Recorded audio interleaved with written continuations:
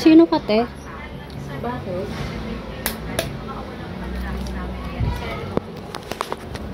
Bakit ka nandito? Bakit ka nandito, te? Bahay namin to eh.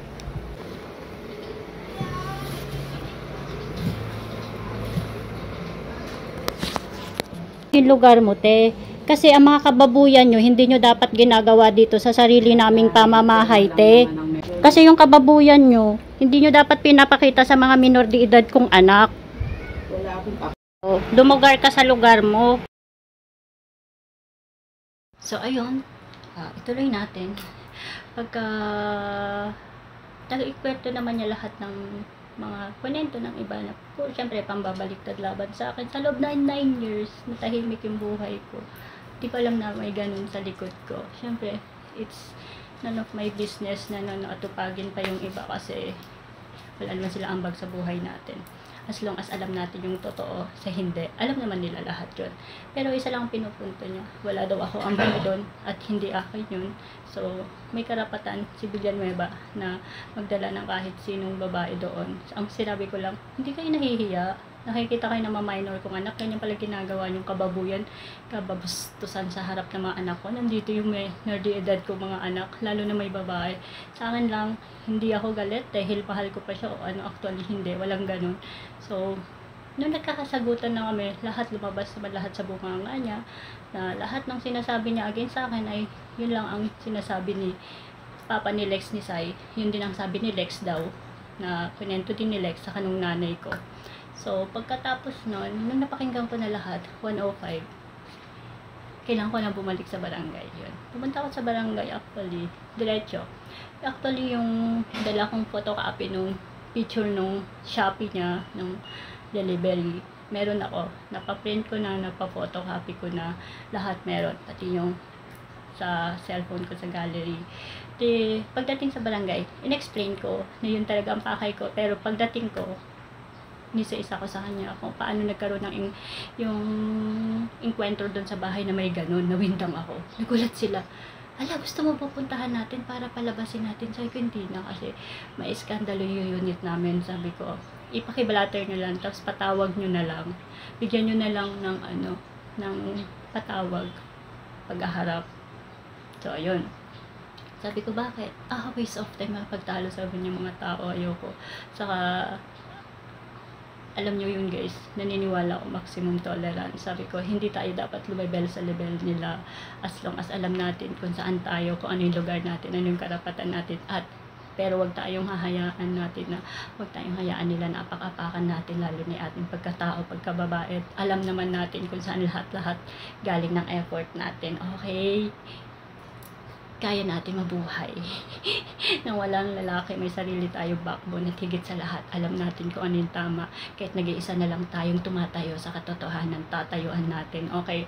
Kahit isumpa tayo ng lahat. So, yun kasi ang values and morals ko and principles. So, naka-blattered, okay na. Actually, dahil wala naman dun sila exercise, sabi ko, hayaan nyo na lang. Pupunta na lang ako dun kay Lex, kay Sai, dun yung kay Jerlet. Pero bago yun, sinend ko lahat sa family GC namin kung ano yung nangyayari. Sinend ko yung video. Ngayon nagulat si Alexa, ba't ka nandyan? Ang dami niya masasakit na sinasabi, ganyan. Oh my gosh. Ayun, hindi na maganda yung mga sagot niya. Ayun, sabi ko, nagulat ka ba? At tali, pakinggan mo yung video, sabi ko sa kanya. Lahat din ng hindi magandang mga sinasabi niyo against my back, ganun pala. May ganung kwento, hindi ko alam. Bakit ka maniniwala sa kanya? Mas paniniwalaan mo siya kaysa sa akin. Ganun naman si Alexa. Sabi ko, I don't know. Sino pa dapat paniluan ko? Then, give me a proof na hindi mo sinabi yun. Because, I heard what I hear. And I saw what I see. And I saw what I need to see. And I heard what I need to hear. Sabi ko sa kanila. Then, sinend yung mga videos na yan, kuha ko. Nagulat sila, hala, nangyari, bakit ka nandyan? Ganun na sila. Paano nangyari? Si Alex ang gulat na gulat. Kasi alam niya pala yan, ganun. So, ito na, make it fast forward. Hanggang gabi, nandun ako, hanggang kinabukasan, pa naman ako babalik. Hindi ko na kinausap si Alexa. Nawala yung tiwala ko. Actually, he never say sorry. She never say sorry. She never say sorry. Kahit nandun ako kay Jarlet. Si Jarlet, si Gerson, tanyari ganun na sila. Nagchat-chat si Gerson. Tapos, habang nasaan ako. Kumusta ka dyan, tabak? Gago ka, baka bugbugin ka dyan. Ang laki-laki niyan. Sabi ko, syempre, hindi na ako papatalo. Pero hindi. Sabi ko, hindi ko gagawin naman na kahit sino una. Yung ilong ko, original yan. Sayang naman. Yung kinis ko, walang makeup yan. Original yan. Ayan. Baka magasgasan. Siyempre, hindi ko sisirain ang ganda ko sa hindi. Pinamaganda dyan. Yung prinsipyo natin. Saka yung konsensya. Alam natin kung ano yung lugar natin. Hayaan yung tapakan nila tayo. Sa harap lang naman nila. Pero hindi sa harap na nakakita sa ating lahat. At tinatanong nila, sino nagsabi sa'yo nandyan siya? Walang nagsabi. It's God's destiny. And thank you kay Lord. Hinayaan niya ma-discover ko yun behind my back. Na halos lahat binigay ko. Lahat. Nakita nyo yun, paano ako mag-post. Hindi lagi. Kaunti-kaunti lang dahil hindi naman kailangan lahat i-post. From molding, lahat. Lahat. Attention, aruga, agabay, kahit busy ako. Tapos, money. Lahat halos. Malaki. Mas malaki ang ambag ko. Ngayon, ito na nga yun. Make it mas fast forward. Gabi, sumugod doon. Yung papa ni Lex ni Sai. Dinuduro pa ako. Pero bago siya dumating, sabi na nila lahat doon ng mga kapatid ko, na yun ni Jarlet, pamangkin ko, may pupunta daw siya dito, mag-usap kayo, no? Hindi ako makapag-usap sa mga dyan ng mga tao sa ganitong sitwasyon. Hintayin nila yung subpena. That's it. It's final. Sabi ko sa nila. Then, make it more, confidential and more, safe. Kasi sabi ko sana, this is the situation now and I need to protect myself because it's not good na nagpasok si Villanueva ng isang taong papatay sa akin. It's not safe for me sa loob ng bahay ko. Tapos babastusin ako ng ganun. Diba? Na wala kang karapatan dito, wala kang ambag. Sino para magsabi? Ano bang alam mo sa kwento? Alam yan ng mga Villanueva. Alam yan, kahit si Dayday. Alam niya yan. Kung ano naging sitwasyon nun sa munisipyo. Alam din yan ni Villanueva. Masiraan nyo man ako sa iba. Hindi ako pwedeng magmura dahil sa guidelines. Pero gusto ko magmura. Alam nila yan. Na it's my effort, my knowledge, and everything. Alam nyo yan. Kung ano man ang ambag ni Villanueva sa mga hulog dyan, yun ang gusto niya. Alam mo bakit? Ito lang naman ang kondisyon ng attorney. Ikaw ba, nagtatrabaho, stay in.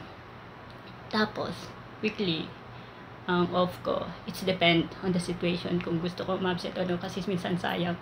So, what is your decision? Alisin natin si Villanueva sa bahay nyo. Kung sasama yung anak mo, hindi naman namang mga minor, ikaw magsusuporta sa kanila. Kaya mo, kaya ko. Kaya mong bayaran lahat ng gastusin mo sa bahay, kaya ko. Kaya mong bibigay ng suporta sa mga anak mo pag sumama sila sa papa nila, kaya ko. Then ngayon, pero anong naging sitwasyon? Good parenting ang naging sitwasyon. May ambag siya, ang pinili niyang ambag, magbigay ng monthly sa bahay. Mura lang naman. Mura. Napakamura. Alam yan na lahat. Napakamura. So ngayon, ang lumabas dun sa conversation namin nung babae ni Cherry Terano sa loob ng bahay, wala daw silang pang-upa. Tinanong ko, bakit? Wala ba kayong pang-upa? Wala daw. Ito ngayon, nung sumugod ngayon si Villanueva, dun sa bahay ni Jarlet, umakyat ako, tumakbo ko talaga ako sa second floor. Ayaw ko mapag-usap ba. Ngayon umakyat si Jarlet. Sabi niya, syempre, siya si Jarlet may-ari ng bahay. Ayaw ko kitang makausap. Ayaw ko kahit ano. Sabi niya, kasi pinapasabi niya itong offer niya. Magbalikan na lang daw kayo na lang daw ulit dalawa. Ihiwalayan niya at palalayasin yung kabit niya at hindi na siya magsasama. Tapos, kasi ang niya, matanda na daw siya, may mga sakit na siya, ganito, ganyan. Iniisa-isa niya yung sakit. Meron na daw siyang history ng mild stroke ng 2023. Tapos, may diabetes. Tapos, may palya na yung kidney niya. Kailangan niya ng taong mag-aalaga sa kanya. And so, wala akong pake. It's none of my business. Ang issue dito, it's not about him and me. Ang issue dito, yung kababuyan niya sa mismong pamamahay ko, it's not good! Alam niyo yan.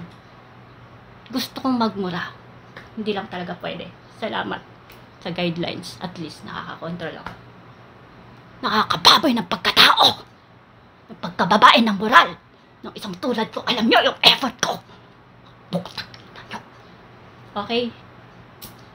Alam niyo yan. Higit sa lahat, ang labanan dito, dignidad na. Masyado na kanong baboy. Pinababoy niyo ako. Alam niyo yan. Buktak ina niyo. Okay? Intindihan niyo.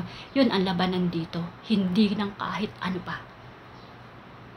Kaya ito lang isasaksak niyo sa kokote niyo. Maglinis-linisan man kayo.